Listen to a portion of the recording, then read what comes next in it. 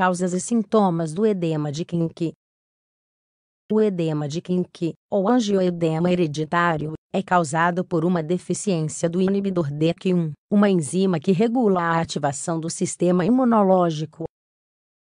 Denomina-se edema de Quincke, edema angioneurótico ou angioedema hereditário, a doença de origem genética que causa inflamação dolorosa e aparecimento de edema na derme profunda, tecido subcutâneo, membranas mucosas e inclusive em algumas vísceras.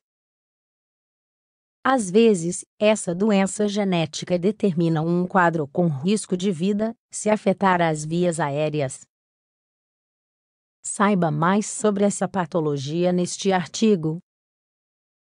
Tipos de edema de Quincke. O angioedema hereditário pode ser de dois tipos. Tipo 1, mais comum, caracterizado por uma deficiência do inibidor de C1, uma proteína que regula a via clássica de ativação do complemento do sistema imunológico.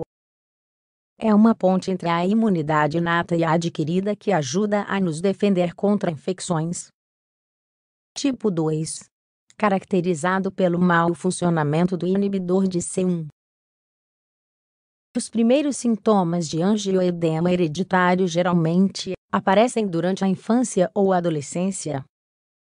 Em idades mais avançadas, e quando os pacientes têm um distúrbio associado, pode ser que a deficiência do inibidor de C1 seja adquirida pelas seguintes causas. O sistema complemento é consumido devido a um distúrbio neoplásico, linfoma de células B. Os anticorpos são produzidos contra o inibidor de C1. Isso ocorre em doenças autoimunes, como o lúpus eritematoso. O que pode desencadear o edema de Quincke? O gatilho para o angioedema hereditário pode ser um trauma leve, doença viral, ingestão de certos alimentos, estresse e até exposição ao frio. Sintomas associados ao edema de Quincke. Os sintomas característicos do edema de Quincke são muito semelhantes aos que aparecem em outras formas de angioedema mediado por bradicinina.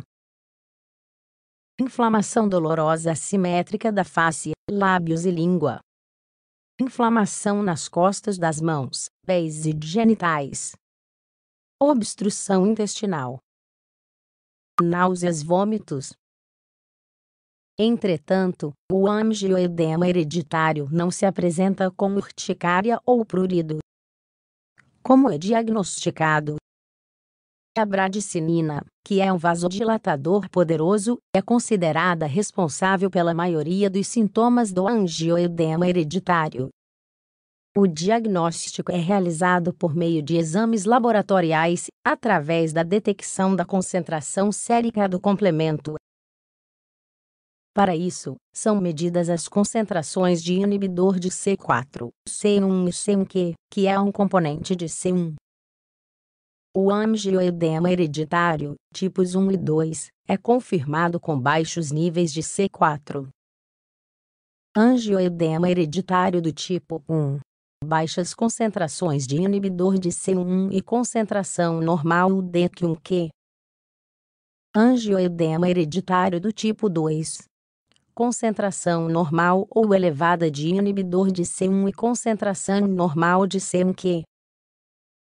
Deficiência adquirida de inibidor de C1. Baixos níveis de C1Q.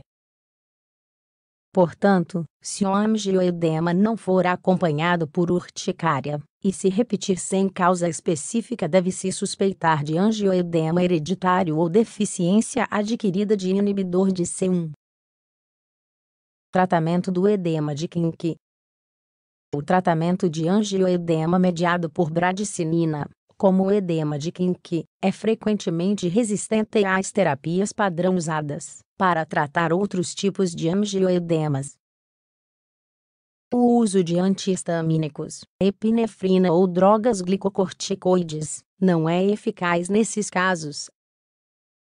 Para ataques agudos com risco de vida do paciente devido a vias aéreas comprometidas, administra-se o concentrado inibidor de C1 derivado do plasma humano por via intravenosa. Prevenção a longo prazo. O tratamento é baseado em um inibidor de C1, ecallantide ou icatibant. No caso de nenhum desses medicamentos estar disponível, o ácido tranexâmico é usado na União Europeia.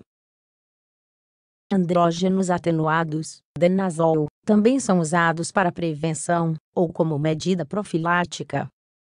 Estes estimulam a síntese hepática do inibidor de C1.